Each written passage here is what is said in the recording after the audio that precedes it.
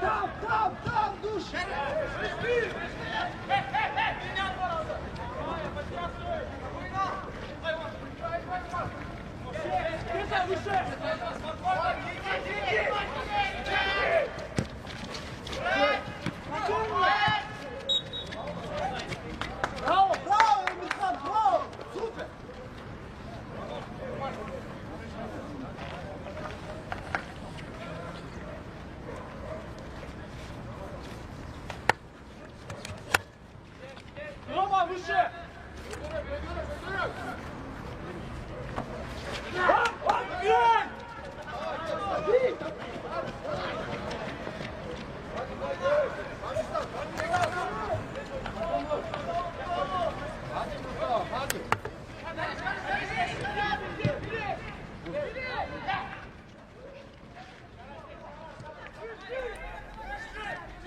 Саламатсыздарбы футбол сүйүүчүлөрү? Кыргыз спорт ТВ каналында Бишкек шаарынын кышкы биринчилиги старт алды жана албетте бир топ команда дал ушул кышкы биринчиликке катышып жатышат. Алардын алгачкысы Гамбург менен Анадолу командалары.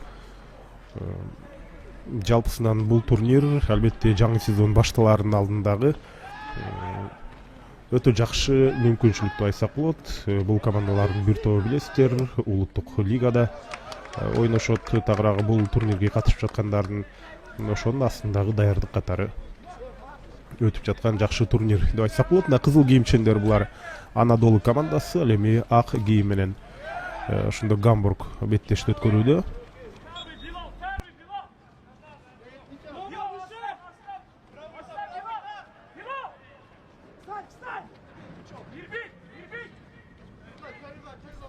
Бир нече мүнөт мурда ошентип бул оюн старт алды. Сиздер менен чогуу көрөлү. Кызматыңыздарда болсо мен Эркин Абдуллаев. Курамдарды тааныштырабыз. Анадолунун курамында Адил Алмазов биринчи катар саны менен дарбазада, Руслан Эргешов ал 14 номерде, ал эми 24 Нурсултан Сыйытканов, ал эми 41 номер менен Мирбек Абдыгапаров. Азыр болсо Айпаянтын ичине топ келди жана ошол жерден кайра сыртка чыгарып кеткенге жетишти. Ошондо Мирбек Абдыгапаров 41 болсо, 35 номерде Нурел Турусбеков, Билал Таджиков ал 19, команда капитаны Кайрат Ганиев болсо, ал 17 катар санында, Байтур Кадырбеков 20, жана азыр топ бийигирээк келди. Андыктан бул жерде жөн гана дарбазадан топ оюнга кошулат. Байтур Кадырбеков 20 номер болсо, Умар Абдувалиев 12, Рамазан Муратов 13 жана Атай Сагынбеков 37. Дал ушундай курам. Бул Анадолу командасыныкы эми алмашууда 3 оюнчусу бар. Якуб Минкар болсо бул ошондо Анадолу командасынын башкы машыктыруучусу. Ал учурда Гамбург өзүнүн чабуулун улантып жаткан учуру деген менен алар өздөрүнүн жарым аянтынан позициялык чабуулга чыкканга аракет жасамак, бирок борбордук бөлүктөн топ кайрадан кайтты. Гамбургдун курамы Азамат Сагынбеков биринчи катар саны менен дарбазада, Эмирхан Жан 16 номерде, Ринат Кубанычбеков 6, Иса Турдуканов 77 номерде, Исмаил Калайжы ошондо ал 3 номерде. Азыр сонун чабуулорун алып бара жатат. Өтө жогорку ылдамдык менен келди жана топту калтырган учурда бир асын ой карасаңыздар, эми албетте сезонго жаңы даярдыкты башташты. Андыктан албетте пас алмашууларда топ менен болууда кандайдыр бир мүчүлүштүктөр болушу негизинен турган иш. Март айында башталат негизинен жаңы сезон. Быйыл улуттук лигада А зонасында 10 команда, Б зонасында 10 команда дегендей. Андыктан албетте өтө кызыктуу чемпионатту күтсөк болот. Негизинен Кыргыз премьер лигасында дагы ошол учурда. Андан сырткары ушул улуттук лигада дагы регионалдык лига деген бар. Эми лигалардын албетте баары өтө кызыктуу болорунан эч кандай шек жок. Бул турнирге катышып жаткандар албетте бир аздан кийин аларды дагы тааныштырып өтөбүз. Азырынча курамдарды тааныштырууну улантып берели. Ошондо Исмаил Калайжы 3 номерде болсо, азыр стандарттык абалдан топ айпант ишине түшкөн болчу. Бул абалдан сурулуп чыгышты. Арсен Максатбек уулу ал 23 номерде, Мустафа Гарун 9, 10 номерде Арда Чакырлы, Алинур Акылбеков 17 номерде, Марсель Халилов 7 жана Амангелди Саматуулу 55. Ушундай курам бул жерде демек Гамбург командасында ойнойт. Негедир дал ушул курамда демек бир топ легионерлер бар экенин көрүп атасыздар. Бактыбек Нурлан уулу болсо бул башкы машыктыруучу. Ошондо Гамбург командасында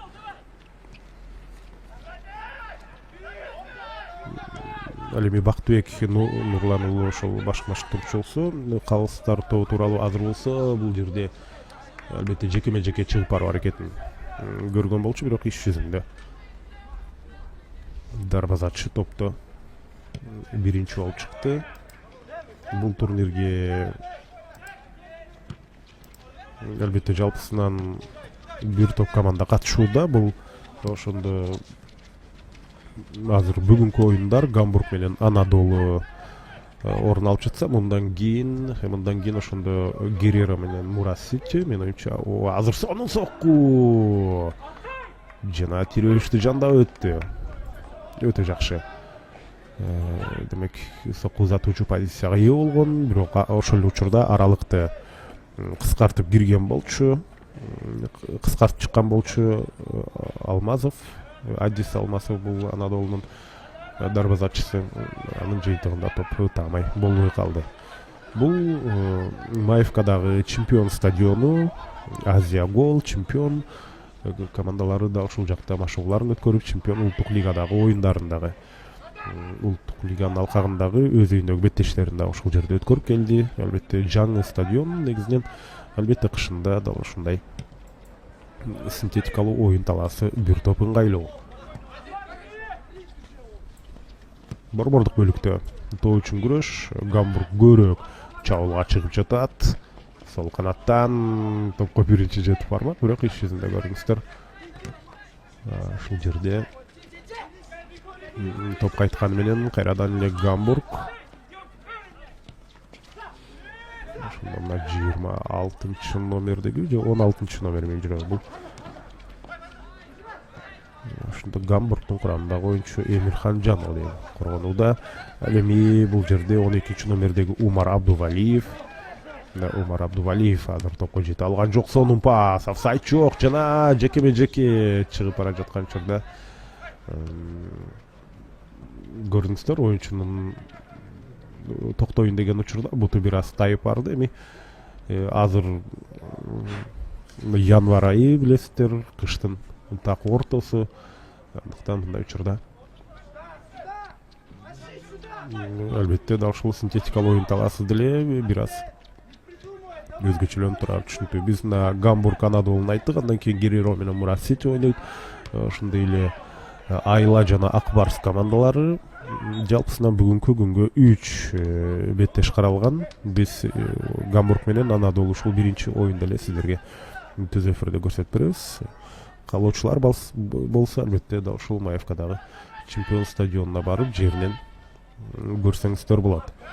Ушул 6 команда, алар ар бири бири-бирине каршы ойноп чыгышат. Лига сыяктуу, мына ошентип жалпысынан бүгүн 12 январда башталган бул Бишкек шаарынын кышкы биринчилиги 26 январга чейин созулат. Андыктан негизинен 14 күнгө созула турган турнир. Азыр өздөрүнүн жарым аянтынан Анадолунун оюнчулары топту өз карамагына алды жана алардын капитаны Кайрат Ганиев сол канатка топту өткөргөн болчу. Техникалык персоналдар байкап көрсөңүздөр ар жактан карларды тазалап атышат. Мына ошол турнирге демек бир сыйра карларын күрөп тазалап аны даярдап беришти. Андыктан аларга, уюштуруучуларга, техникалык персоналдарга ыраазычылык билдирсек болот. Сейрек кездешкен учур эмнегедир Анадолу Гамбургдун айып аянтчасына өтө сейрек барып атат. Дээрлик барган жок деп айтсак болот дейм. Ага жакындаган менен ага салыштырмалуу Гамбург биринчи номер менен ойнодо. Алар жүрүшкө көбүрөөк чыгууда.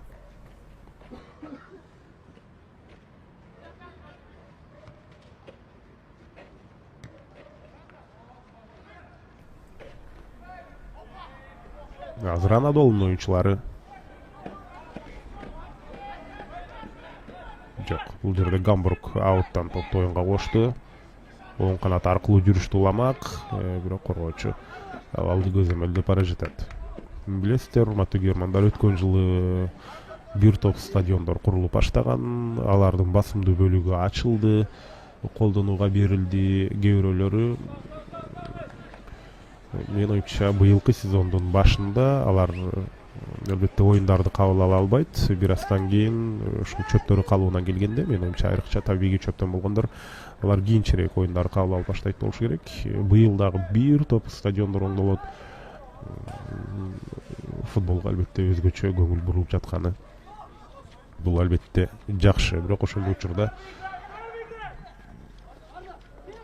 стадион командалары көп, стадиондордун саны аз болуп, ушундай азыркы чемпион стадионунда деле мына сиздер көрүп турган улуттук лиганын бир топ командалары беттештерин ушул жакта өткөрүп келген болчу.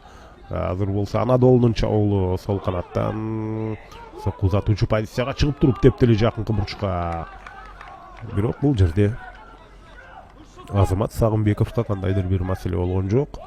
Ал топту өз карамагына алып туруп сол канатка өткөрүп берди. Мен оюмча бул алгачкы дарбазаны көздөй таамай сокку болушу керек. Анадолу командасында буга чейин алар коргонууда көбүрөөк болгон. Ал учурда Марсель Жалилов бара жатат, ал пас берди, бирок сокку узатканга арка оюнчулар жетишкен жок. Коргонууда ойноп жаткан оюнчу Азамат ушул жерде топту кайтарып кеткенге жетишти. Негизинен Бишкек шаарынын кышкы биринчилиги жыл сайын өтүп келет. Албетте өтө кызыктуу турнир деп айтсак болот. Бишкекте ошондой эле Кантта, ал жакта дагы албетте Абдышата уюштурган турнирлер бар. Болжол менен жыл сайын эле ушундай сезондун астында бардык эле командалар албетте ошол чет өлкөгө, Туркияга, мисалы үчүн жана башка жактарга барып окуу машыгуу жыйындарын өткөргөнгө мүмкүнчүлүгү боло бербейт. Быйыл эми мүмкүнчүлүк бир аз жакшыраак окшойт, бирок алгачкы этаптарын баары эле Бишкекте же көлдө башташты, же болбосо кантта. Бул жакта ал эми Оштогу командалары да ошол Асылбек Момунов атындагы демек академиядан ал жактан баштады. Акырындап мына жаңы сезонго даярдык бардык жактан көрүлүп жатат. Азыр трансфердик терезе дагы өзгөчө кызыктуу болуп турган учуру. Кыргыз премьер лигасында билесиздер, быйыл 14 команда болот. Жана кесипкөй футболчулардын баарына кадимкидей суроо талап бар деп айтсак болот. Ал учурда айпанттын ичине кирип Артур соккузат эле. Дарбазачы Адис Алмазов аны кайтарды дегенче, бул жерде офсайдпы, эреже бузуу катталды. Эң башкысы буштан чыгаруу болбостон тескерисинче Анадолу азыр топту оюнга да ушул тараптан кошту. 15-минутта соңуна жакындап бара жатат. Ошондо азыр болсо ой алыскы 9-дукту камалап алган экен, бирок таамай болуп чыккан жок. 2025-жылдагы алгачкы расмий футбол турнири деп айтсак болот дейм. Биздин канал аркылуу сиздерге көрсөтүлүп жаткан ушул Гамбург менен Анадолу беттеши аркылуу башталды.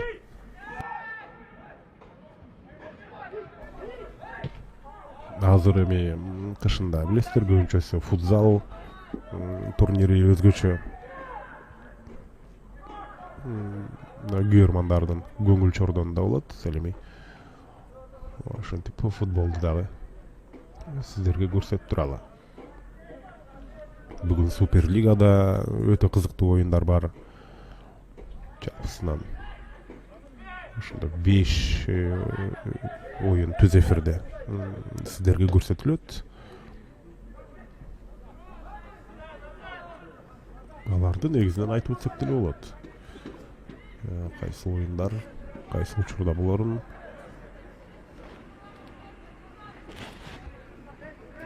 Бүгүн Ошму менен Алайдын беттеши бар, ал Ош шаарында болот.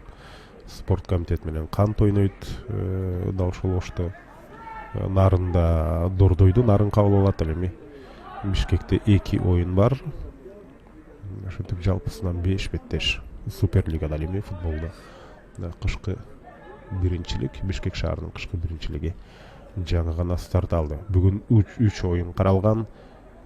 Гамбург оң канаттан жүрүштүүлөп келе жатат. Жана азыр буштан чыгаруу стандарттык ал мүмкүн. Голдун жаралышына шарт түзөт. Байкап көрөлү. Узун бойлуу оюнчулардын баары. Борбордук коргоочулар дагы мына бул жака келип атат. 77 номердеги оюнчу Гамбургда. Жана ошондой эле 15-чи жаңылбасам алар айпаяттын ичине чейин келген болчу, бирок алардын дарегине топ жете берген жок. 16-чы номер бул Эмирхан Жан ошондо.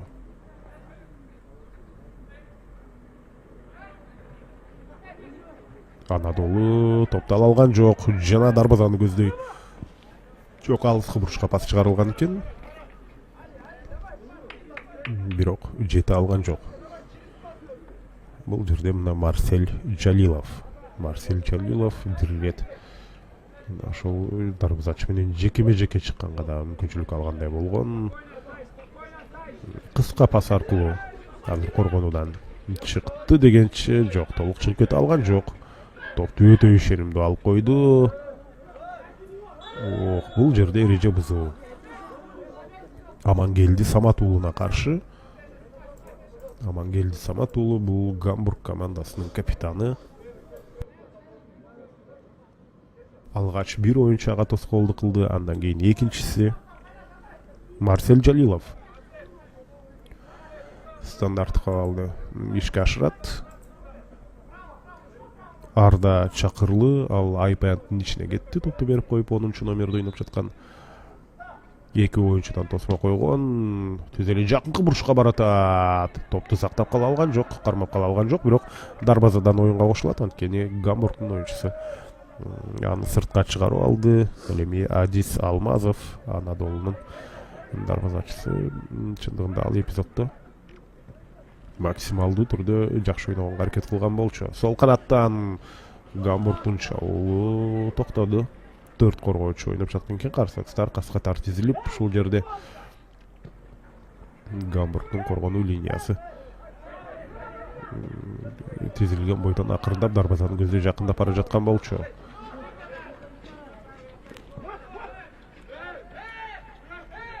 Азыр кезектеги жүрүш офсайдка чыгып кеткен жок беле? Офсайд жок сыяктуу, жана бул жерде сейф. Адис Алмазов мына бутунун уштары менен ушул жерде топту кайтарып кетти. Мына карасаңыздар, идеалдуу пас болгон экен, офсайд жок. Ушул жерде ушул оң буту менен топтун багытын бир аз өзгөртүп кетти дагы. Ал жерде рикошет сейф эмес болгон, тама эмес деп алган окшойт. Анткени бурчтан чыгарууну көргөн жокпуз. Мага эмнегедир ошол бутуна тийип, андан кийин топ багытын өзгөрткөндөй сезилген болчу. Жана борбордук бөлүктөн Анадолунун чабуулу эмес, тескерисинче Гамбургдун чабуулу башталып кете жаздады. Пас алмашууларда албетте азырынча мүчүлүштүктөр бар. Оюн талаасы дагы бир аз ага таасир берип атат. Январь айы өзүнүн таасирин берүүдө албетте. Оюнчулар формасына ушинтип акырындап албетте март айына чейин келет. Бул алгачкы этап, алгачкы даярдык. Ошондой эле улуттук лигада кайсыл командалар ойнойт, азыркы турнирде эле кандайдыр бир деңгээлде ал суроого жооп берет. Себеби билесиздер, Кыргыз премьер лигасында, улуттук лигада уюштуруучулардын өздөрүнүн талаптары бар, ошол талаптарга жооп берүү керек. Ал талапка жооп бербесе, демек сезонго аларды кошконго мүмкүнчүлүк болбойт. Ошондуктан азырынча улуттук лиганын ошол 10 команда болот деп айтылган, бирок толук бул акыркы маалымат эмес. Эмне үчүн? Себеби каалоочулар көп улуттук лигада ойногонго. Ошол талаптардын баарын аткара алабы? Маселе дал ошондой. Ошондуктан кайсыл бир командалар ал талапты аткара албай калышы мүмкүн, анын ордуна башка бир командалар чыгышы ыктымал болгондуктан биз азыр бул эки команда мисалы үчүн улуттук лигада быйыл ойнойт деп айта албайбыз. Азыр стандарттык абал Анадолу командасы үчүн топту калтырып кетип калды. Атай Сагынбеков демек башка оюнчу. Ишке ашырат 19-чу номердеги Билал Таджиков. Билал бир сыйра дарбазачынын позициясын карап чыккандай болду. Жана алыскы бурчка баратат. Ойсонун. Бирок Азамат Сагынбеков албетте топту кайтарып кетти. Мына узун бойлуу оюнчу.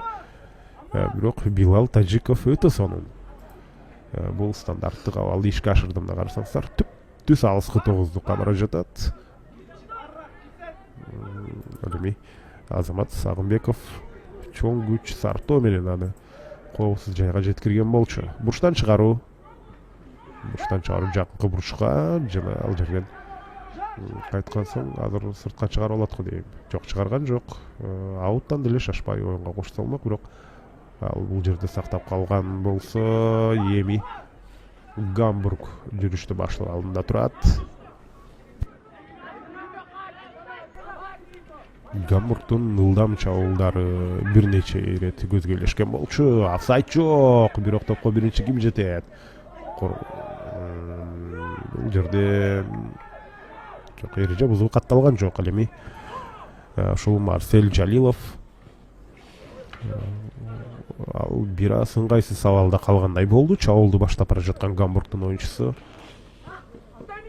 ордунан туруптур. Демек беттештүүлантат. Эми айып аянттын ичинде ал эпизод болуп калды. Андыктан мындай учурга эми пенальти бергенге бир аз өзгөчө чечим болуп калмак. Ошондуктан тоо үчүн болгон күрөш катары гана кабыл алынды ал эпизод.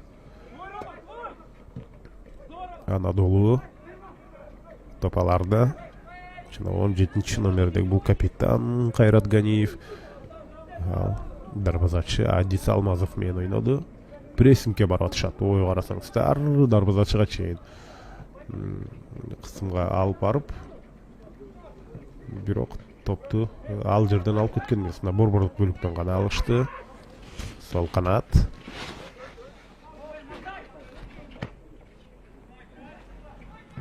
Авада тоо үчүн күрөш. Анадолу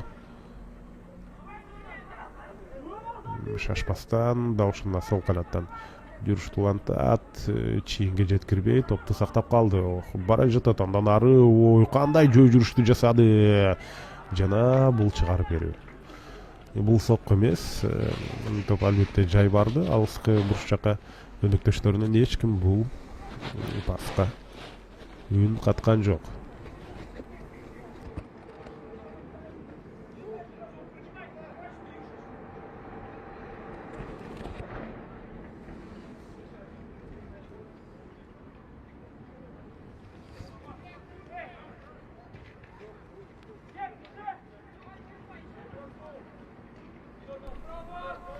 Кыска пастар аркылуу азырынча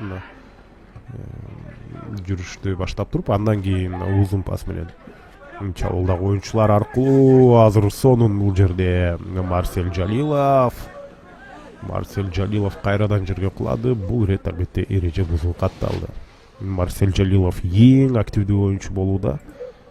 Гамбургдун эле курамында эмес, жалпы эле азыркы оюндагы ушул сол канатты жиреп кирип бара жаткан, жана бир нече ирет борборлук бөлүгү аркылуу да киргенге аракет кылды эле. Мына көрүңүздөр, бир эмесе эки коргоочу ага каршы ойноду.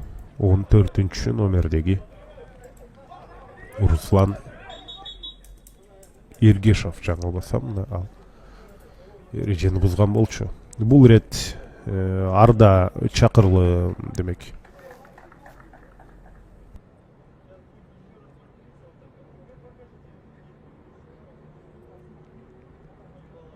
Азыр көрдүңүздөр, бул жакта техникалык зонадан ушунда кызыл кагаз берилди. Азыркы эпизод боюнча калыстар менен талашкандыгы үчүн, талашкан эмес, кандайдыр бир цензуралуу сөздөр да ал жерде айтылып кетти окшойт. Ал эми стандарт кабыл алды. Мына Арда Чакырлы азыр ишке ашырат. Узун бойлуу оюнчу, буга чейин ал айпаянттын ичинде экинчи кабатта күрөшүү үчүн туруп аткан.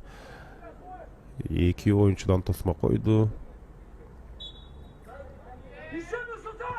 Жер аркылуу ой карасаңыздар, бул тосмо секирет деп ойлоду окшойт. Иш жүзүндө алар өз ордунда калды дагы топту алып коюшту. Жакшы бара жатат. Керемет, жакшы пас, чабууландан ары уланат. Жок, офсайд болуп калды ошол жерде. Чабуулду Билал Тажиков жакшы баштаган болчу. 19 номерде ойноп жаткан Анадолунун курамындагы оюнчу. Бирок пас алмашууларга алар көбүрөөк кызыгып кетип, ушул офсайд абалын байкабай калышты.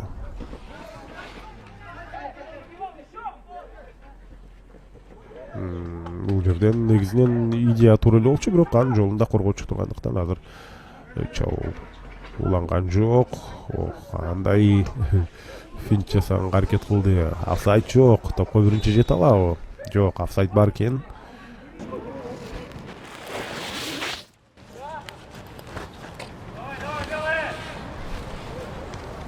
Азыр Анадолу топту оюнга кошот. Мында ушул офсайд болгон жерден 19 номердеги бул Анадолунун оюнчусу ошондо Билал Тажиков чабуулга көбүрөөк басым жасап жаткан оюнчу. Абадан тоо үчүн күрөш болду. Андан кийин кезектеги Гамбургдун жүрүшү карасаңыздар, мына ушул линияга ак кийимчилердин төртөөсү катар тизилип калган болчу. Негизинен коргоочу линия көбүнчөсү дал ушундай визуалдык жактан көрүнөт. Бул жерде тескерисинче сол канаттан Анадолу чабуулду баштап келе жатат. Мына карасаңыздар, 4 коргоочу азыр бир чийим менен биз ошол дарбазаны көздөй акырындап жакындап бара жаткан болчу. Бурчтан чыгаруу ишке ашат. Ал үчүн жаңылбасам Умар Абдувалиев келди. Барды тагыраагы жана эки колун көтөрүп жатат. Алыскы бурчка келеби жок, жакынкы бурчка келди топ. Экинчи кабаттан кайткан соң кайрадан эле да ошол Умар Абдувалиевдин өзүнө топ кайткан болчу. Бир аз ыңгайсызыраак, себеби карлары жаңы гана күрөлгөн оюн талаасынын, ошондуктан жогорку ылдамдыкты кармоо оорлук жаратат. Сол канатка топ келди. Жана Гамбург ошол жерден токтотту. Азырынча пас алмашуулар бүт оюнчулардыкы бири-бирине. Жок, азыр сонун пас. Биринчи Гамбургдун оюнчусу жетти.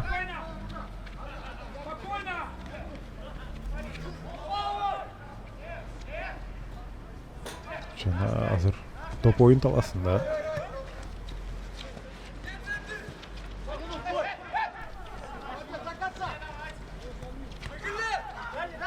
Шашпастан азыр Айпенттин ичине топту жүктөгөн болчу Арда Чакырлы. Позициялык чогуу эми Гамбург командасы тараптан орун алат. Айпенттин ичине топ бара жатат. Абада топ үчүн күрөш. Серпилген топто кайрадан эле Гамбург алды да чыкты. Бирок аны аянттын сыртына чыгарып алышты.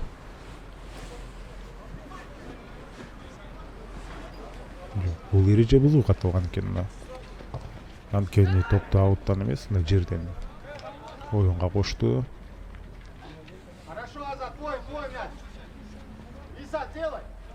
Анадолу болсо мына ошол борбордук чабуучусу акыркы коргоочуга чейин барып кадимкидей кысымды уюштуруп жатат.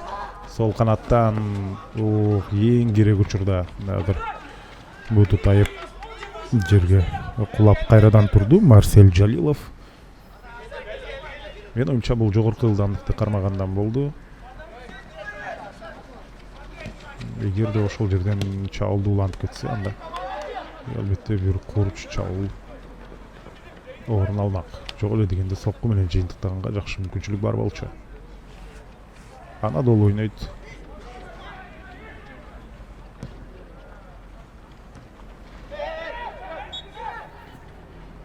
Топ оюн талаасында болчу, бирок ошол жерден ышкырык жаңырды.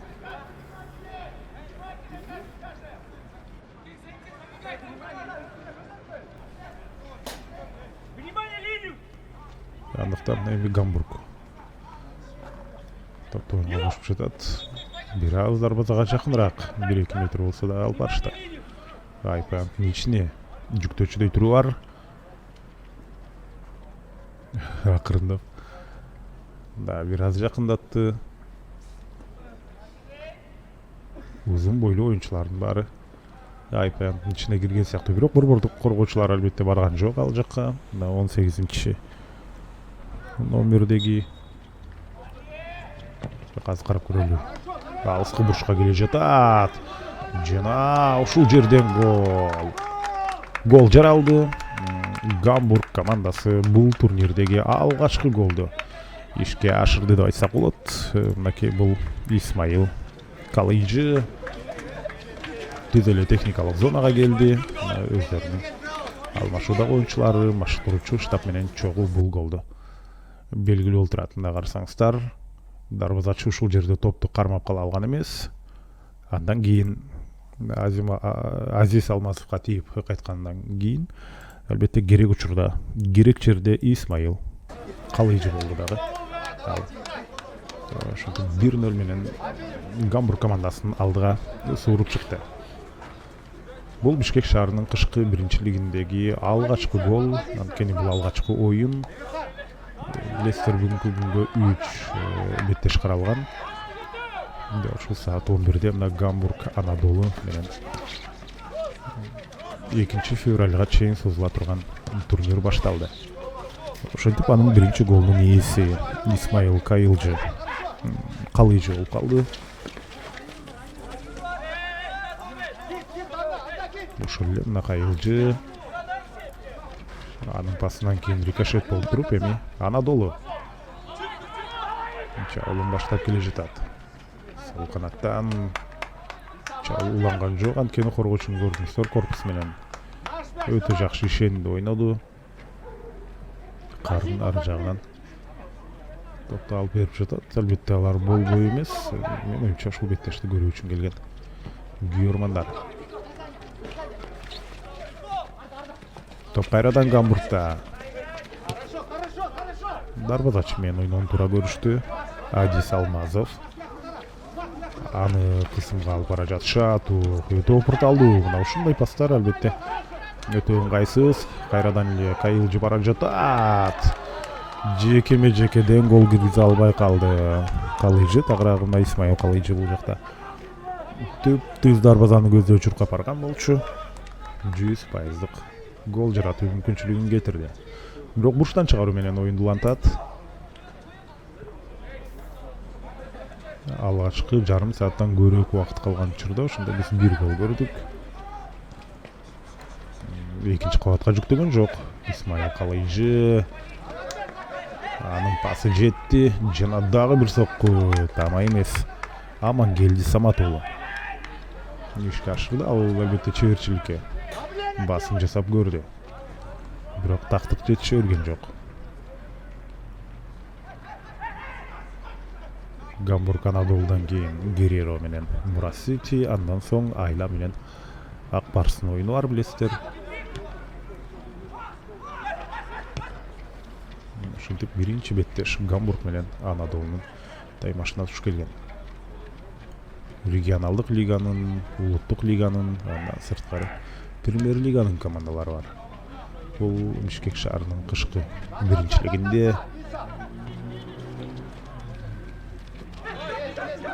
Азыр Гамбург сол канаттан баштады. Эң активдүү оюнчулардын бири мына ушул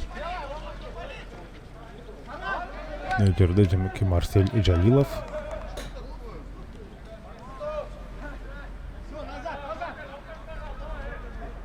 Марсель Жалилов ал өтө активдүү оюнчулардан. Исмаил Кайылжы ал 3-чү номер мен буга чейин. Аны Исмаил Калыйжы деп ойлоп алдым эле. Марсель ошондо жана жекеме-жекеге чыккан болчу. Марсель Жалилов.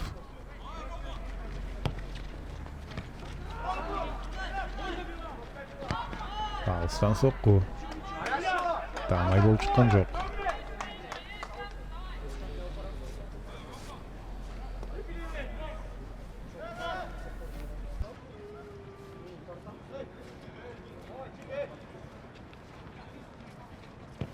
Прессингке бара жаткан кысымга, бирок азыр өтө жакшы пас орун алган сыяктуу. Жана чабууланууда бир атаандашты жазгырып өтүп туруп кетти эле. Азыр эми бул жакта Марсель Жалилов.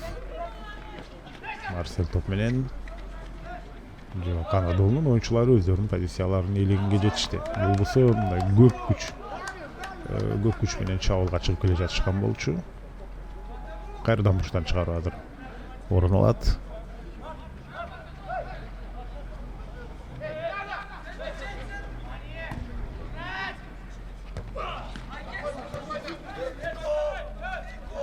Азыр болсо Ринат Кубанычбеков анын чыгарып берүүсүнөн кийин сонун мүмкүнчүлүк Иса Турдукановго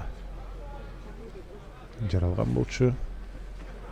Топ кеткенден кийин гана ал абалды түшүнүп калды.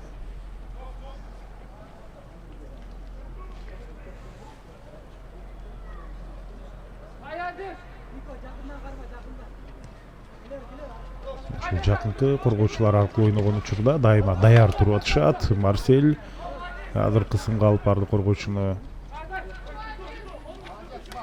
Ошол жактан кадимкидей кабалды курчтуу аракетин көрүп атышат. Ошондук анын жыйынтыгында мына байкасаңыздар алыска тепкенге аргасыз. Жакынкы коргоочулар менен ойногонго мүмкүнчүлүк жок. Азыр фол.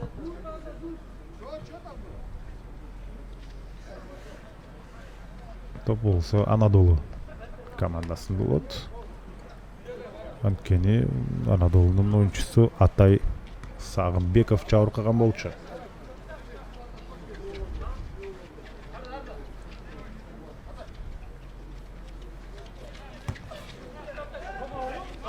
Атандашын жарым аянтына чейин барды, бирок кайрадан эле Гамбург дегенче ушул жерден коргоочунун артына эгерде түшө турган болсо чалдуулаганга мүмкүнчүлүк бар болчу. Сол канаттан жакшы бара жатат Марсель. Өзүнүн айып аянтына жакын жерге чейин барды. Азыр болсо топ карама каршы тарапта, сонун пас. Артын карабай туруп таманы менен бир көздөй өнөктөшүнө пас калтырып кеткен болчу.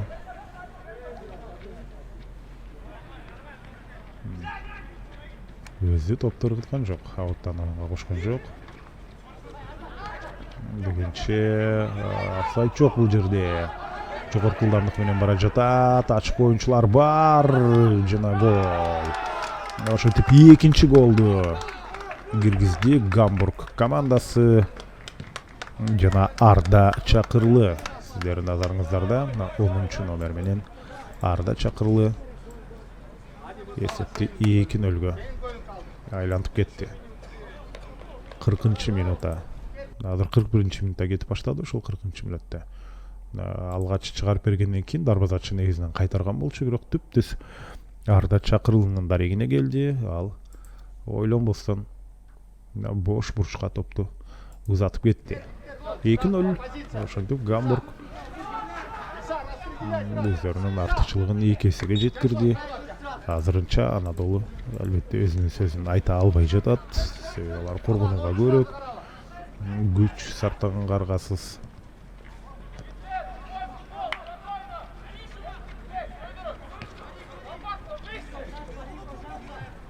Анадолунун чабуулу оң канатка өзү топ менен барды. Негизинен бул жакка өнөктөштөрдөн кимдир бирөө келиши керек эле.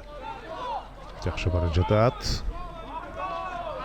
Бага карабастан Гамбургдун да ушул жакта коргоочусун көрдүңүздөр. Аягына чейин күрөшүп, топту аянттын сыртына чыгарып салды. Эми бурчтан чыгарууну көрөбүз. Жакынкы бурчка баш менен бул жерде топту кайтарган экен тескерисинче коргоочу.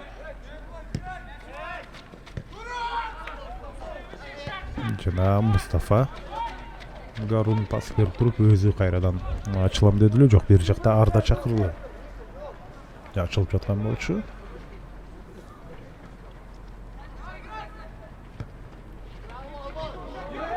Сонун пас. 3 бар, 2 вариант бар жок дегенде, бирок бир аз шашып койгондой болду. Ушунусу дагы бурчтан топ оюнга кошулат Гамбург оюнчулары тараптан. Аны ишке ашыруу үчүн жаңылбасам Арда Чакырлы барды. Ал негизинен узун бойлуу оюнчу, экинчи кабатта деле күрөш ала турган оюнчулардан болчу. Экинчи кабатка жүктөбөйт сыяктуу. Жок, кандай эмес. Бир өнөктөшүп барып жер аркылуу барды жана автогол. Ой, карасаңыздар. Ушунда өзгөчө траектория менен келди дагы. Топ дарбаза торунан орун алып кетти. Себеби ошол жерден топту кайтарам деп жаткан бул.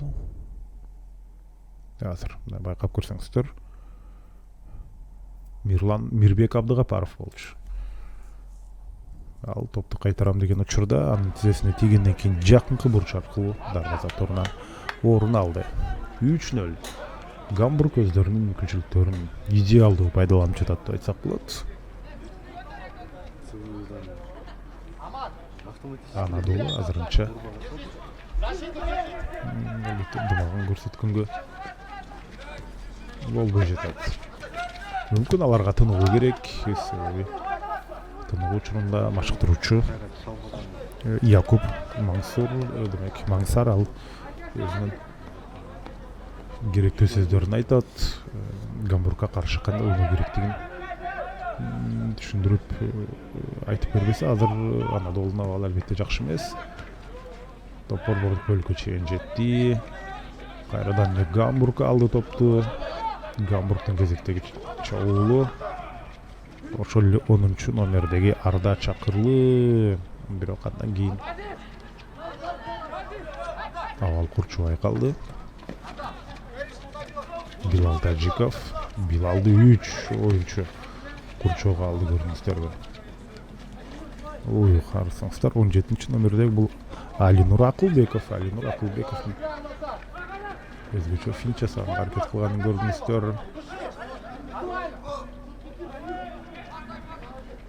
Гамбург Кайрат Ганиев келе ал жерде.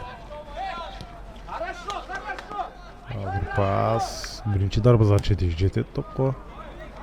Себеби топ анын дарегинде издей бара жаткан болчу. Гамбургтан, Анадолудан чабуул. Айпантка 2 өнөктөшү кирди. Пас аркылуу ойносо болмок. Негизинен өнөктөшү артына акырындап жакындап келе жаткан, ал өзү жазгыр өтөм деп аны жоготуп алды. Сайт жок сыяктуу, себеби азырынча капталып калысы желегин көтөргөн жок. Буштан чыгаруу менен жүрүш уланат. Биринчи таймдын акыркы минутасы дагы ошентип санына чыкты. Буга чейин ошол буштан топту оюнга кошууда гол жаратып кеткен болчу. Дал ошол Арда Чакырлы экинчи голду киргизди. Үчүнчү голду деле дээрлик ал киргизди деп айтсак болот. Ошол эле жакынкы бурчка топту көтөргөн. Азыр таамай эмес. Жанашкырык ошентип урматтуу көрөрмандар 3-0 эсебинде Гамбургдун пайдасына чечилди биринчи тайм. Азыр бир нече мүнөт күтүнүлүү, андан кийин албетте экинчи таймда жолугабыз.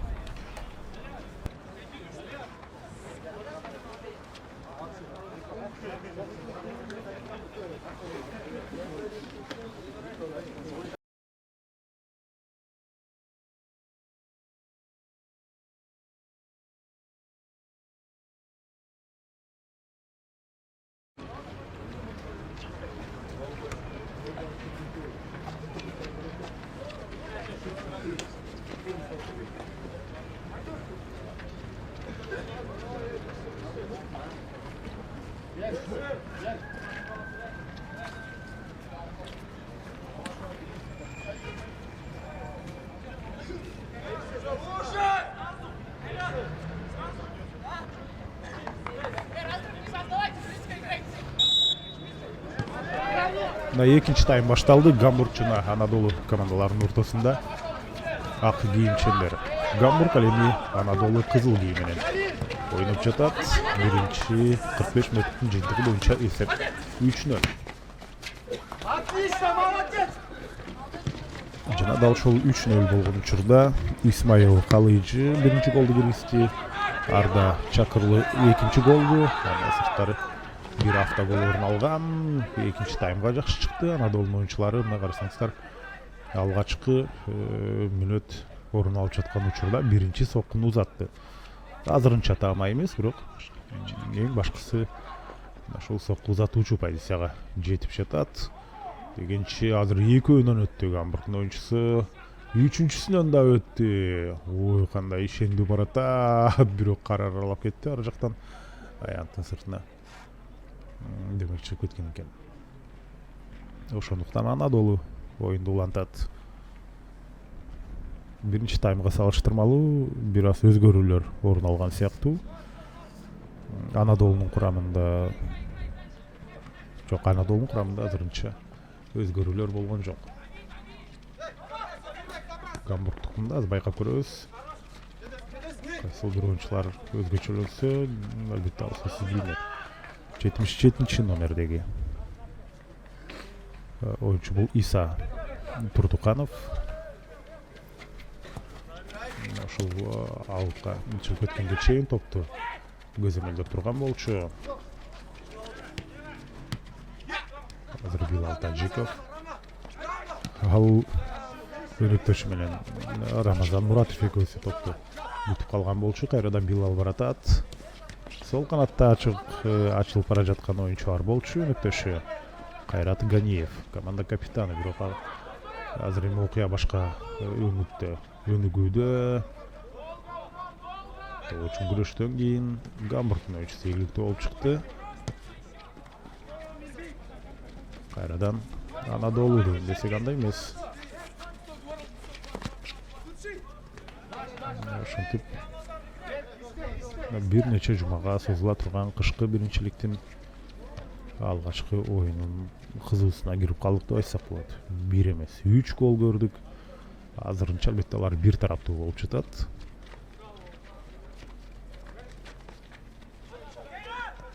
Анадолу менин эсимде калганы ошол өткөн сезондо, андан мурдагы сезондо эле ошондо Кыргызстандын кубогунда Абдышата менен ойногон болчу. Албетте Абдышата менен болгон оюн ири эсепте жыйынтыкталган Абдышатанын пайдасына. Ошол учурларда негизинен Анадолу Кыргыз премьер-лигасына чыгабыз деген амбиция менен жүрчү. Мен оюнча дагы деле андай позициядан кайта элек болуш керек, бирок Кыргыз премьер-лигасынын азыр сонун пас жана өтө жакшы коргоочунун аракетин көрдүңүздөр. Ошонун жыйынтыгында абалды сактап калышты. Азыр Кыргыз премьер-лигасынын ошол эле учурда улуттук лиганын талаптары өтө күчтүү. Ошол талаптарга жооп берген командалар гана ал лигаларда оюн өткөрөт. Андыктан азырынча Анадолу дал ошол Кыргыз премьер-лигасында ойной турган талаптарга толук жооп бере элек го дейм. Быйыл деле КПЛге мына 4 команда кошулуп жатат. Алардын арасында Анадолу жок. Анадолу бирок улуттук лигада албетте ойнойт. Мүмкүн кийинки сезондорго аракет кылышат Кыргыз премьер-лигасына чыкканга. Азырынча мына Гамбургга каршы оюнда 0-3 менен артта калууда.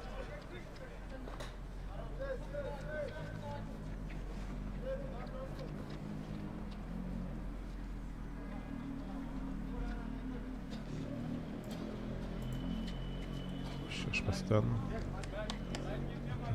дарбазачы аянтын ичине алып кирип туруп, андан кийин топту оюнга кошту. Негизинен жаңы эреже боюнча сөзсүз түрдө антыш керек эмес.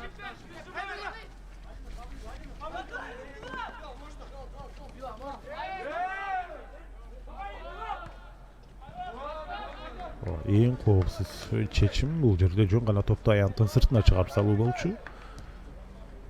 Ошол аракетти иш жүзүнө ашырды. Ауттан Анадолу топту оюнга кошкон. Азыр болсо бул жерде Мирбек Абдыгапаров өнөктөштөр менен ойноду. Кайрадан Анадолу сол канаттан жүрүштү улантат. 20-номердеги Байтур Кадырбеков.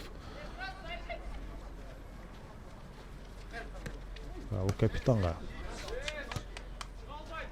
чыгарып берген болчу. Азыр болсо эми 41-номердеги Мирбек Абдыгапаров ушул тар чөйрөдө уламдан улам окуя өнүгүп атат. Карама каршы тарапка бербейби. Кайрадан мына ушул сол канатта топту сактап калууда. Алгачкы 5 мүнөт ойнолдуна жыйынтыктоочу тагыраак 6-мүнөттөгү соңуна чыгып андан кийинкисине өтүп бара жатат. Анадолу дымагын күчөткөнү менен азыр сонун болду эле. Бир аз албетте топко жетпей калды. Эң башкысы Анадолунун чабуулу күчөп жатат. Мына көрүп атасыздар. Топ көбүрөөк Гамбургдун айпаянтына жакын жерде сакталууда.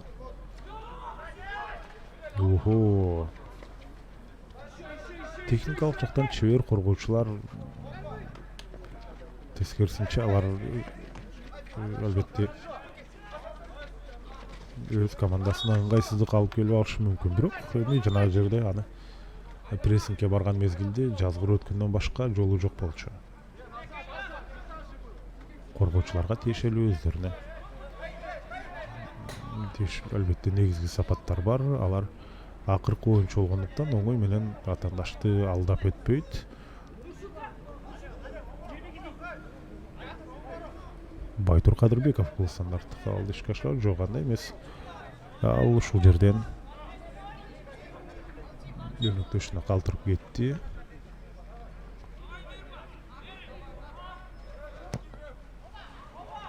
Бираз бийигирээк. Алыскы тогуздукту камалууга алган сыяктуу, бирок топ таамай барган жок.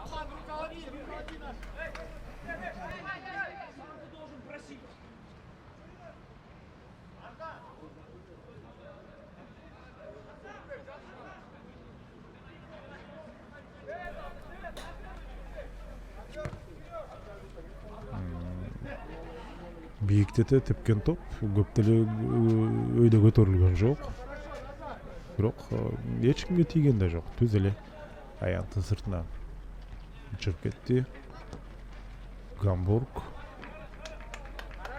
чабуулун баштамак, бирок топ кайрадан аянттын сыртында. Бул иретте Анадолу ауттан топту оюнга кошот.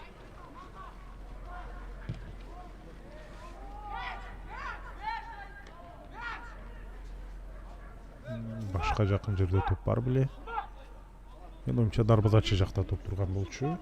Ошо менен оюнду уланса болушу керек. Себеби бул топ тосмонун ары жагына өтүп кетти.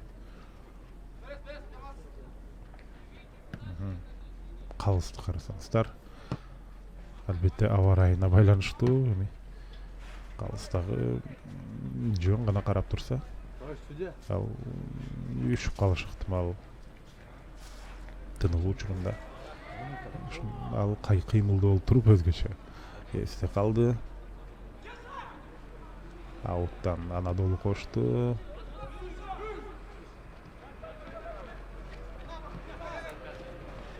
Анадолунун жүрүшү уланып бара жатат. Дегенче бул жерден фол. Бираз оройраак кабыл алып койгондой болду. Баары жайында экен, эрежени бузган. Бул жерде Иса Турдуканов болчу. Ал барып өнөктөш атаандашынын ал акыбалын сурап койду бир сыйра. Өтө жакшы аралык, дарбазага таамай соккузатканга Билал Тажиков жалт калтырып кетти. Ошондо азыр топту деген Кайрат Ганиев тепкен жатат. Анадолунун капитаны. Топту кайрадан карап, кайра келди. 3 оюнчудан тосмо коюлган. 4-нчүсү дагы ары жакта жакын жерде турат.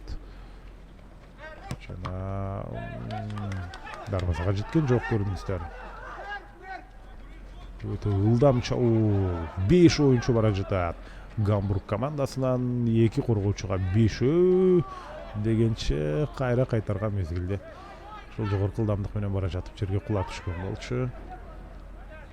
Мынакей ошентип аба ырайы, оюн талаасы оюнга өзүнүн таасирин ушинтип берип жатат.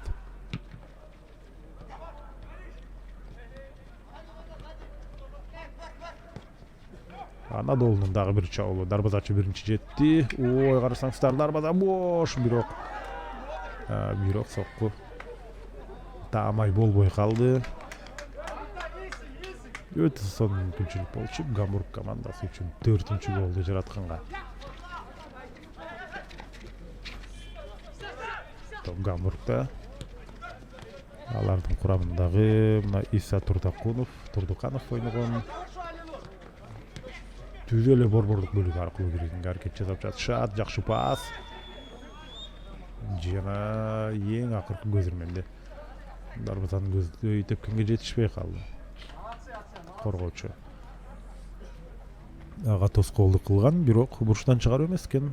Жөн гана дарбазадан оюнга кошулуп жатат. Офсайд, ооба. Ага чейин пас берген учурда демек офсайд орун алып калган, ошондуктан Анадолуга топ өткөрүлүп берилген эле.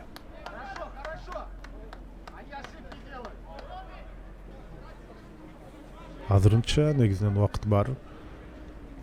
болгон 57 минутта орун алып жатат. Бирок Анадолу экинчи таймдын башында жакшы чабуулдарды ишке ашырды. Позициялык жүрүштөрдү бир нече ирет колдонду, бирок азырынча аны голго айлантып элек. Калыс болсо бул жерде Гамбургдун оюнчусуна ооз эки эскертүү берип атат. Албетте мындай учурда бутты түз таманы менен атаандашын жолдошун колбойт. Ал кадимкидей жаракат алып келиши ыктымал. Сонун өттү. Жок, ал эмнегедир өзүнүн дарбазасын көздөй бара жаткан болчу.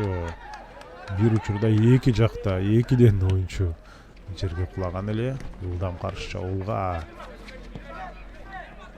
берилген пас албетте токтоп калган болчу.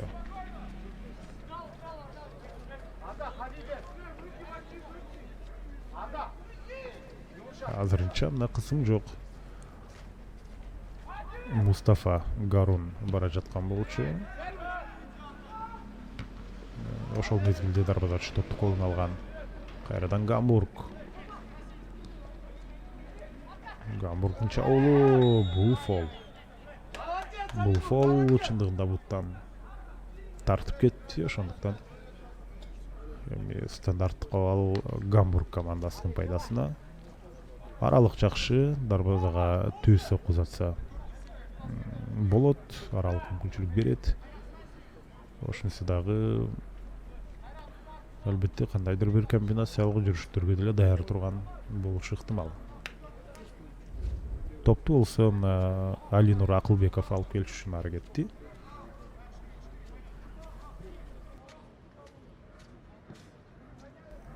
Азыр 4 оюнчудан тосмо коюп жатат. Гамбург биринчи таймда деле биринчи номер менен ойногон, экинчи таймда деле мына көрөт астар Гамбургдун чабуулдарынын саны көбүрөөк орун алып жатат.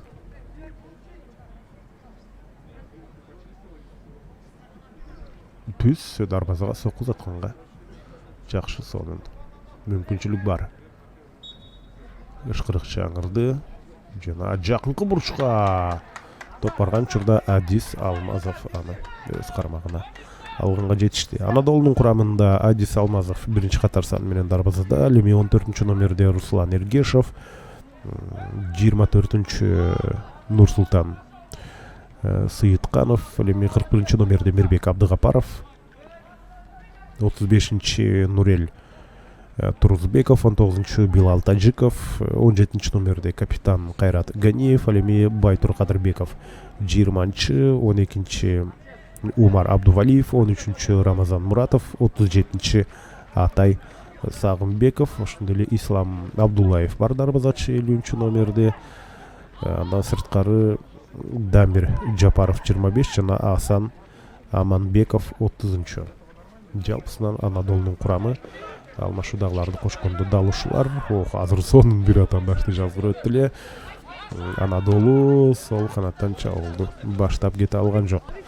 Бул Анадолу командасынын башкы машыктыруучусу Якуб Минцар. Якуб Минцар ал Анадолу командасынын башкы машыктыруучусу болсо, азыр сонун пас чыкты. Эгерде офсайд жок болсо кооптуу учур дегенче оюндан сырт калган. Пас негизинен өтө жакшы чыккан болчу. Бир аз эртерээк, демек коргонуу линиясынан эртерээк чуркап кеткен экен.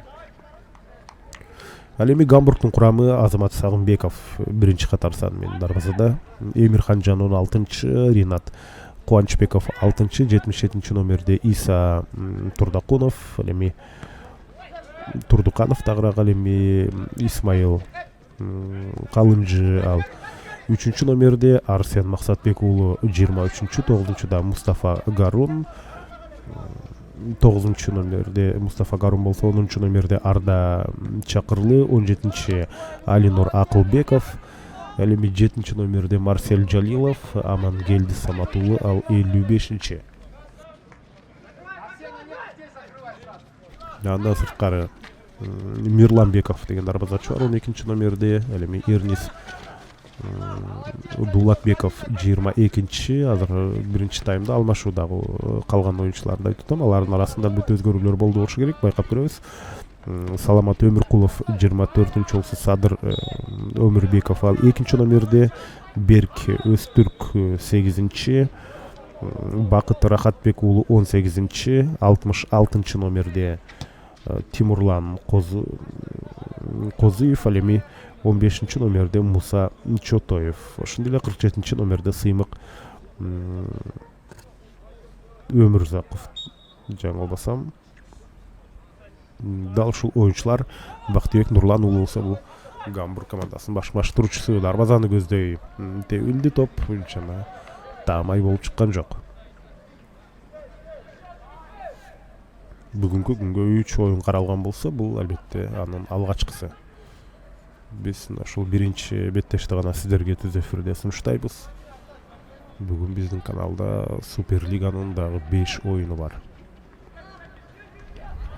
Бул Бишкек шаарынын кышкы биринчилиги, салтка айланган турнир жыл сайын. Ушул Кыргыз премьер-лигасы негизинен улуттук лига деген сыяктуу жаңы сезон башталаарынын астында өтүп келет. Азыр сол канаттан Гамбургдун уулу бул жерде токтоду, себеби коргоочу, Анадолунун коргоочусу абалды жөнгө салып кеткенге жетишти. Дагы жарым сааттай убакыт бар бул жол менен. Бул беттештин бул өтө орой учур болуп калды. Жана калыс ошол замат реакция жасаган болчу. Кош алмашуу жүрүп жатат. Анадолунун курамында 25-30 номердеги оюнчулар аянтка чыкты. Ошондо булар Дамир Жапаров 25 номерде, ал эми Асан Анарбеков 30. Да ушул эки оюнчу оюнга аралашты. Жана Рамазан Муратов аянтты таштап кетти 13 номерде. Жана дагы бир оюнчу. Ошентип Анадолу бардык алмашуудагы оюнчуларын колдонуп жатат. Бирок аянттагы оюнчулардын ал эми дарбазачы Ислам Абдуллаев мен оюнчу өз ордунда. Же ал экинчи таймда чыкты эле, азыр байкап көрөбүз. Эгерде ошол жакка топ барып кала турган болсо, жакшы чыгарып берүү, дарбазачы кайтарып Гамбургка топту кайрадан жеткирип берди. Мына 3-0 менен ушул биринчи таймдагы эсеп азыр сакталып турат. Сонун чыгарып берүү коргонууда жүргөн оюнчу, жаңылбасам 11 номер сыяктуу, же 41 беле, Мирлан Абдыгапаровго дейм. Эгерде ал топту кайтарбаса, дарбазачы менен жекеме-жеке чыгып кетмек. Кайрадан эле мына буга чейинки стандартта кабал орун алгандагыдай аралык, бир аз алысыраак экен, ага салыштырмалуу. Таамай сопку узатканга бир аз алысыраак болуп калышы ыктымал. Бирок байкап көрсө болот. 3 оюнчудан тосмо койду бул ирет. Дарбазаны көздөй баратат. Тактык жетише берген жок. Адис Алмазов өзү туруп аткан экен дарбазада. Арткы фонду байкап көрсөңүздөр, албетте кар азырынча Бишкек шаарында негизинен бар. Калың деп айтсак болот. Ушул оюн талаасында карларды күрөп, өсүрүп, аларды четке чыгарып койгон. Топту ошол жактан азыр алган болчу. Анадолу чабуулга чыгуу аракетин көрдү. Оюн талаасында дагы бир оюнчу пайда болгонун көрдүңүздөр эле. Арткы фондо ал кайрадан көрүнбөй калды дейм. Ким көрсө аны түшүндү. Топ үчүн күрөш, бутун ийгирээк көтөрүлгөндөй болгон. Анадолу жана фол. Азыр Гамбургдун оюнчусу жабыркады. Албетте кечирим сурап атат. Эми атайын эмес, тоочу болгон күрөштө ушундай көрүнүш орун алып кетти. Фол жасаган бул ушунда канча 21 номер, 24 беле. Да, кайталоодан карап көрсөңүздөр болот. Таяныч бир буту менен топту кайтарып, бир буту менен атаандаштын жолун тосуп кеткен болчу. Бул ошондо Нурсултан Сыйытканов азыр эрежени бузуп алды.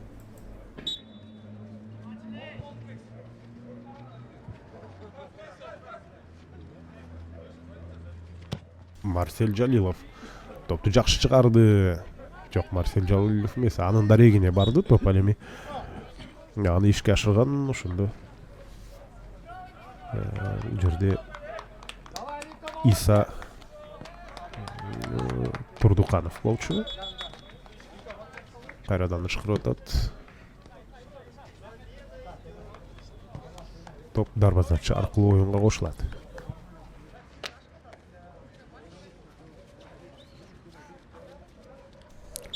Азыр болсо Гамбургдун курамында оюнчулар алмашты. Садыр Өмүрбеков чыкты оюн талаасына. Экинчи номер менен жана Анадолунун чабуулу ушул жерден токтоду.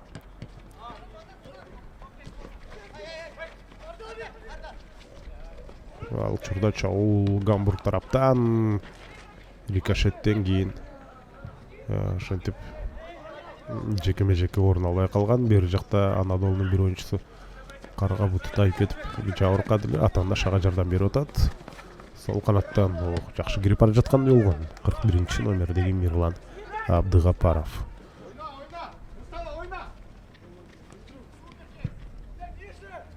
Топ азыр Гамбургда, алар ауттан топту оюнга кошот.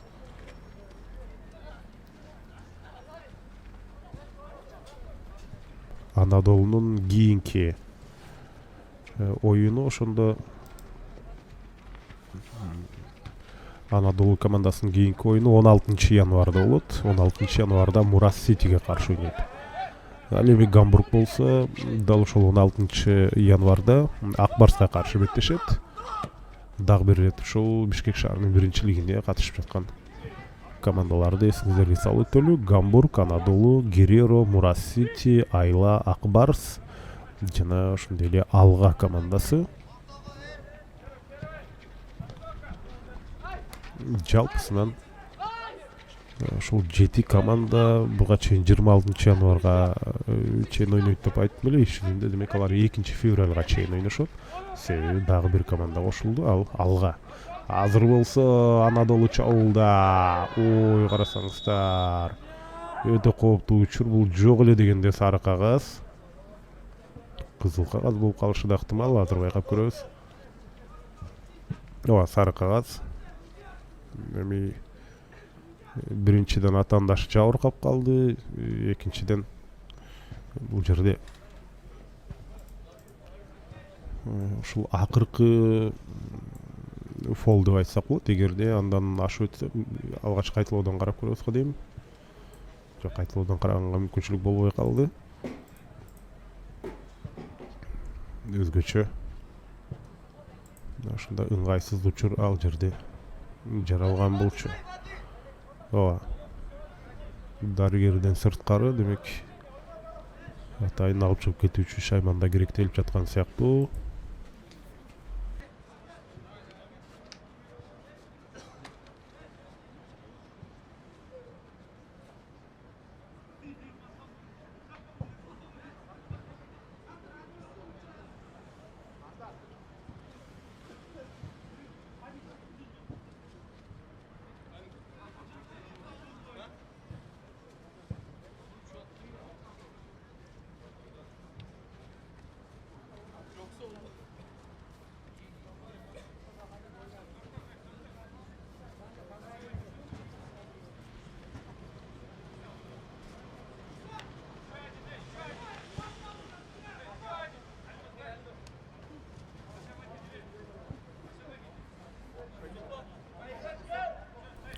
Орундан туруп, демек беттешип улантканга мүмкүнчүлүгү бар. Нурсултан Сыйыткановдун сары кагазды болсо, ошондо Иса Турдуканов алган болчу. Азыр стандарттык ал жер аркылуу тепти, дагы бир сокку, бирок бул ирет бийигирээк. Билал Тажиков бул эпизодду максималдуу колдонуп көрүү аракетин байкадыңыздар. Анадолунун алгачкы голун бул турнирде жаратканга жакшы мүмкүнчүлүк болчу. Чындыгында Айпаянттын сыртында окуя орун алган эле. Андыктан пенальти орун алган, пенальти болгон жок. Азыр болсо Анадолу, Билал Тажиков чыкты жана пас берсе болмок. Мен оюнча көрбөй калдык окшойт. Эгерде ушул темп менен пас берсе, чыгып кетүү мүмкүнчүлүгү бар болчу. Билал Тажиков ал тарапта эмес, мен оюнча ушул өзүнө жакын тарапты карап калган. Капитандын финт жасаганын да көрдүңүздөр. Бул жерде Кайрат Ганиев. Ошол жерден фол катталды. Айпанттын ичинде бир гана оюнчу жүрөт, Анадолуну кошондуктан экинчиси мына Мирлан Абдыгапаров кое тур деп туруп ал жака барган болчу. Өтө ыңгайсыз траектория менен келди. Мындай топту дарбазачы да кайтарып кете албайт. Себеби өзүн эртерээк таштап ийгендиктен ага жетүү оорураак. Бирок коргоочулар алды жөнгө салды. Гамбург чабуулда 10 номердеги бул Арда Чакырлы. Арда бара жатат. Арда 3 канча оюнчунун курчоосун деле. Бирок анын пасы атандаштардан токтоду. Топ үчүн күрөш дагы берилет. Фол ошол эле 77 номердеги Иса Турдуканов. Исанын сары кагазы бар экени эсиңиздерде болуш керек.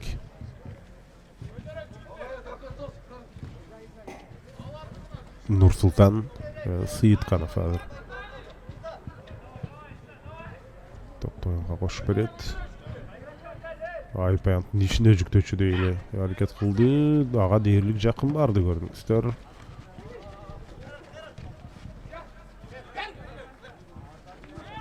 Билал топту жоготкондон кийин кайсыл бир тарапта албетте топ көпкө кармалбай жатат. Ой, жүрүшкө сонун берди. Бош зонага жогорку ылдамдык менен ошол тарапты көздөй чыгып бара жатат.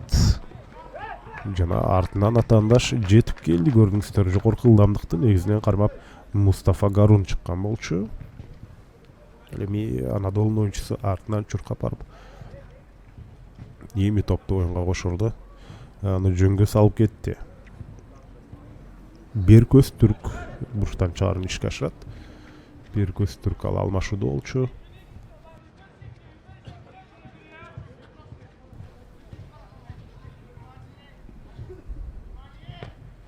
Топ жакынкы бурчка келди. Жана каршы чабуулга жөнөсө болот деген менен топту жөндөгөн учурда бир аз ыңгайсызыраак, алысыраак кетирип алган сыяктуу. Ауттан Гамбург ойнойт. Алар топту сактап калышты. Оң канатка чыгарып берүү. Жана бул жерде Арда Чакырлы топту жоготту. Алыстан сокку дарбазаны көздөй. Жана гол.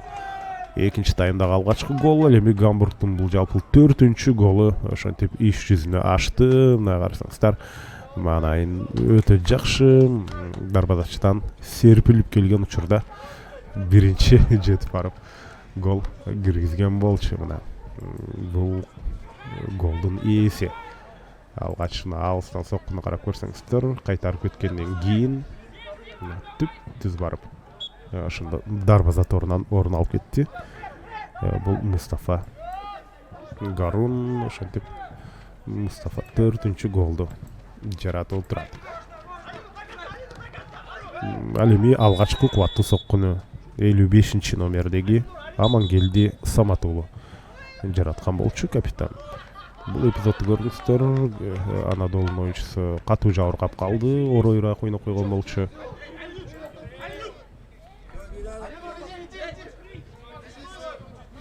Эмоциясын байкап көрсөңүздөр. Эмоциясы бул Алинур Акылбековдуку. Топту калып алгандан кийин бутунда басып колу менен түртүп да кеткен экен. Катуу жабыркаганын көрүп атасыздар. Чындап эле ошол жерде Анадолу оюнчусу катуу жабыркап калган болчу. 4-0 эми Гамбург ишенимдүү алдыда бара жатат.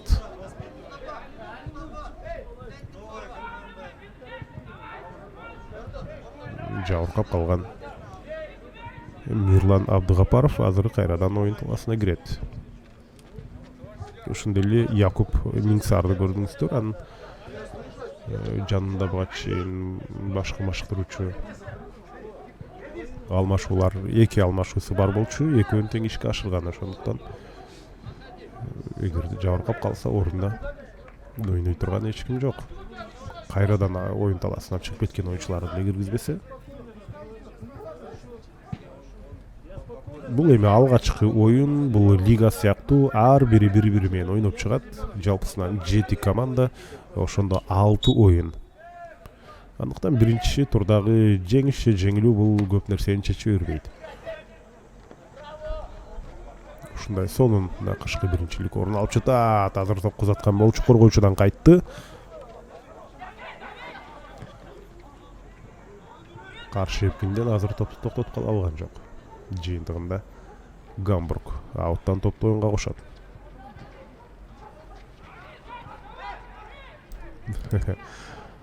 YouTube'da чаттан кызыктуу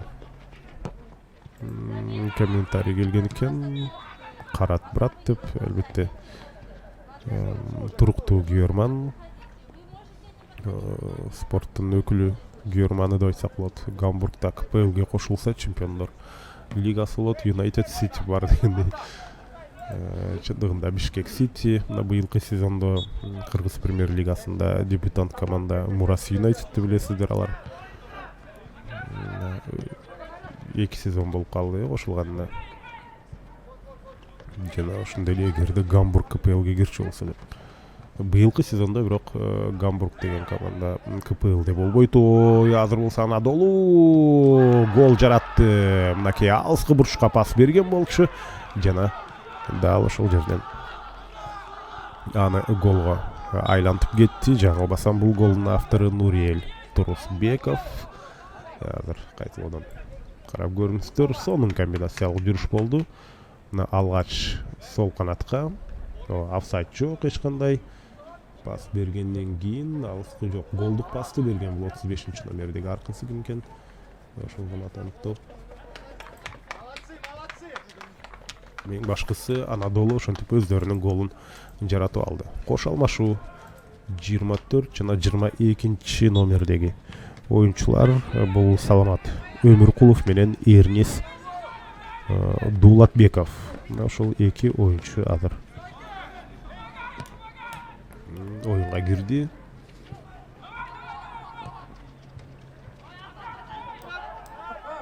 Эсеп саны кыскарды. Дагы 10 мүнөттөй убакыт бар.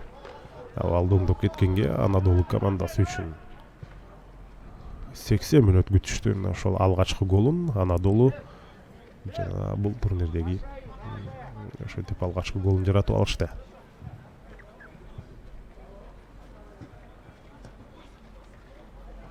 Кийинки беттешин айттык. Мурас Ситиге каршы ойнойт. Дагы ушул Анадолу ал эми Гамбург болсо алар Ак Барска каршы беттешет. Экөөнүн тең оюндары 16 январда болмокчу. Бүгүн 12-синде 3 оюн, андан кийин 16-сында дагы 3 оюн бар. Андан соң 19-ында жана 23-үндө. Бирок бул алга командасы кошулганга чейинки календарь болчу. Мүмкүн ал жакта бир аз өзгөрүүлөр кирген болушу керек. Ошондо регионалдык лиганын, улуттук лиганын жана Кыргыз премьер лигасынын командалары болот. Азыр кайрадан фол жана өтө сонун аралык дарбазага тамай сокку узатканга Анадолунун оюнчусу катуураак жабыркап калган сыяктуу дегенче ордунан туруп кетти. Баары жайында экен.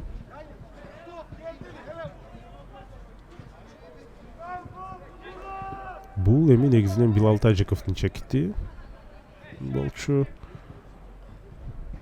Сологой оюнчу тебе турган чекит деп айтсак болот. Алгач ошондо Асан Анарбаев тебемде окшойт, бирок ал Айпаяндын ишин көздөй кирди.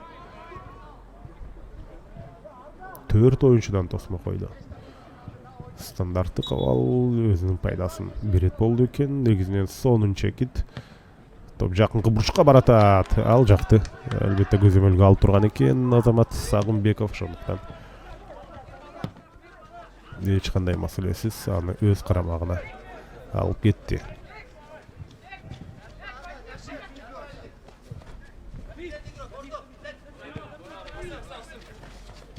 Ошондой эле Алга командасы боюнча дагы билбейм, азырынча айтса болобу болбойбу, бул канчалык расмий чечим. Алга командасы боюнча дагы өзгөчө кызыктуу маалыматтар бар. Менимче расмий демек маалыматты күтүшүбүз керек го дейм. Алга быйыл биринчиден алардын базасы өтө мыкты болот. Билесиздер, мурдагы эмгек резерви жанагы Чоң Чуй каналынын боюнда жайгашкан 6,5 гектарлык жер. Азыр бул чабуулдан кийин сөздү улайлы башаламандык айпаянттын ичинде, бирок Анадолу оюнчулары абалдан сурулуп чыкты. Ошол Чоң Чуй каналынын боюндагы эмгек резерви эми ушул Алганын базасы болот. Ал жакта 2 машыгуу варианты, бирөөсү табигый чөптөн жана бирөөсү синтетикалуу, жана бирөөсү ошондо гибриддик оюн талаасы. Жок, бирөөсү синтетикалуу, бирөөсү табигый чөптөн жана гибриддик оюн талаасы. Бул андан сырткары өзүнчө жанагы беттештерди кабыл алганга. Ал оюн талаалары баары бүткөн, трибунасы дагы дээрлик бүтүп калган болчу. Шарттары сонун атайын мейманканасы менен, жана бул жакта болсо азыр оор кагылышуу орун алып кетти. Дарбазачыга каршы ошондо фол катары кабыл алынып, азыр Анадолунун оюнчусу сары кагаз алат. Мынакей сары кагаз. Ошондо жаңылбасам Билал Тажиковго көрсөтүлдү. Кайталоодан карап көрүңүздөр. Жок, бул 17 номердеги оюнчу Билал Тажиков жоңгадан жанына, калыстын жанына барган экен. Кайрат Ганиев ошондо сары кагаз алды.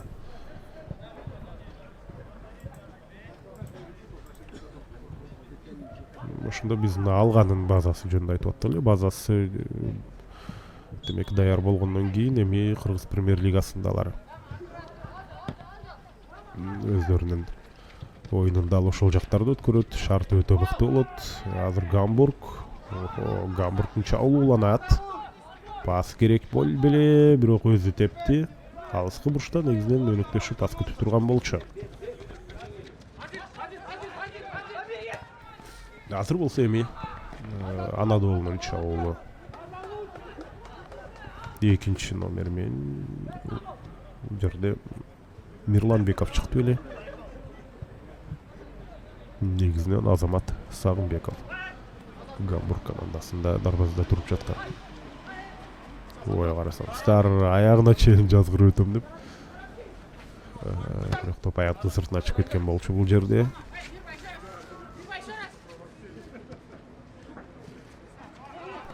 Ошол Алга командасы тууралуу сөз болуп калды эле. Анткени ал дагы ошол кышкы Бишкек шаарынын биринчилигине катыша турганы маалым болду. Андыктан алардын негизги курамы эмес, ошол азыркы бар курамы ойнойт болушу керек бул турнирде. Себеби ал жакта кызыктуу маалыматтар негизинен бар. Анадолу чабуулду баштап келе жатат жана жакшы сокку, гол! Алыска аралыктан кубаттуу сокку менен ошентип экинчи голду жаратты Анадолу командасы үчүн Байтур Кадырбеков.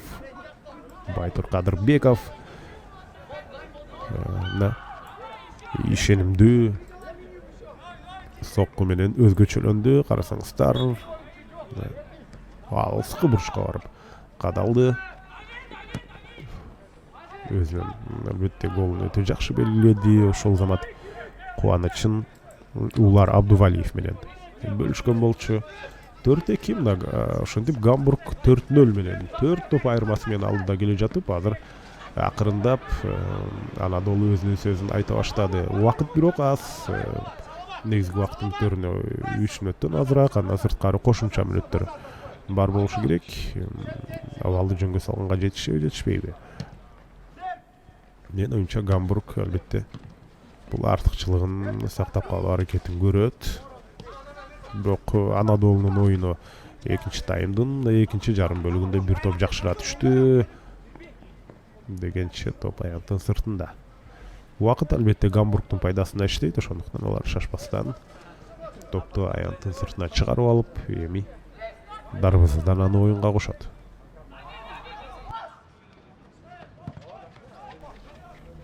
Узун пас, кайрадан Анадолу дагы бир алыстан топ тебилди. Кайда кетти, мен топту таппай калдым. Дарбазага бара жаткан топтун багыты өзгөрүп кетип, эч кандай рикошет деле болгон эмес сыяктуу. Же өзүнүн оюнчусуна рикошет болуп кетти. Ошондуктан Анадолунун тепкен оюнчусунун өнөктөшүнө тийген сыяктуу. Дагы бир бийиктен берилген топ.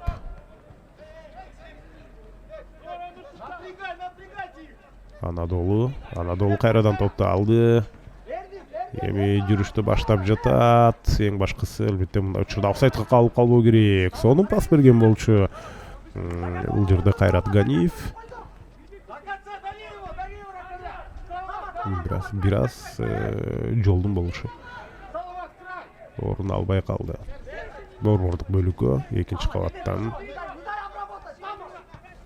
Гамбург алганы менен Анадолу топту сактап калды. Жана Дамир Жапаров бара жатат. Дамир эң акыркы көзөрмөндө. Ага каршы Гамбургдун оюнчусу ишенимдүү ойноду. Жыйынтыгында бурчтан чыгарып ишке ашат. 84 номер менен. 24 номер менен азыр бул Саламат Өмүркулов негизинен оюн талаасына ал кирген. Экинчи таймда алмашууга оюнга кирген болчу. Азыр бир караганда ушунда алмашуудан бараткандай сезилди, бирок болгону берки жарым бөлүктөн айпаттын ичин көздөй бара жатканын көрдүк. Анадолу чыгарып берүү, негизги убакыт соңуна чыкты, кошумча мүнөттөр кетип жатат. Жана татаал бурчтан өзү эмне үчүн тепти. Бир жактан варианттарды издеп көрсө, мен оюнча жок эле дегенде бир өнөктөш ачык болчу пас бергенге.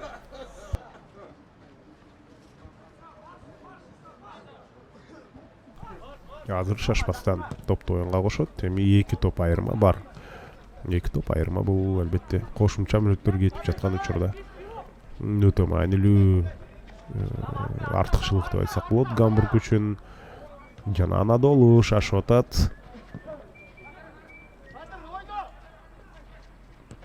Оң канатка каршы эпкинде оң канатка берген учурда ошол жактагы оюнчу борбордук бөлүктөгү көздөй келе жаткан болчу. Ошондуктан азыр бир аз тайгалак болуп турган оюн талаасында ошол замат артка бурулуп кетүү жеңил эмес.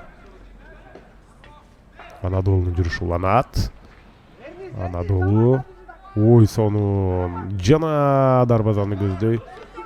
Бирок ал жерде албетте Азамат Сагынбеков эч кандай маселесиз топту өз карамагына алды. Экинчи кошумча мүнөт орун алууда дегенче ошентип финалдык ышкырык жаңырды. Урматтуу көрөрмандар, Бишкек шаарынын кышкы биринчилигинин алгачкы оюну соңуна чыкты. Гамбург командасын жеңиш менен куттуктайбыз. Анадолуга терең ыраазычылык билдирели. Сонун оюнга кайрылып келди эле, бирок аларга убакыт жетпей калды. 4-0дөн кийин 4-2ге жеткирди. Демек Анадолунун потенциалы бар, аны буюрса кийинки оюндарда колдонот. Оюн соңуна чыкты, демек коштошо турган убакытка келип жеттик. Кызматыңыздарда мен Эркин Абдуллаев болдум. Саламатта калыңыздар.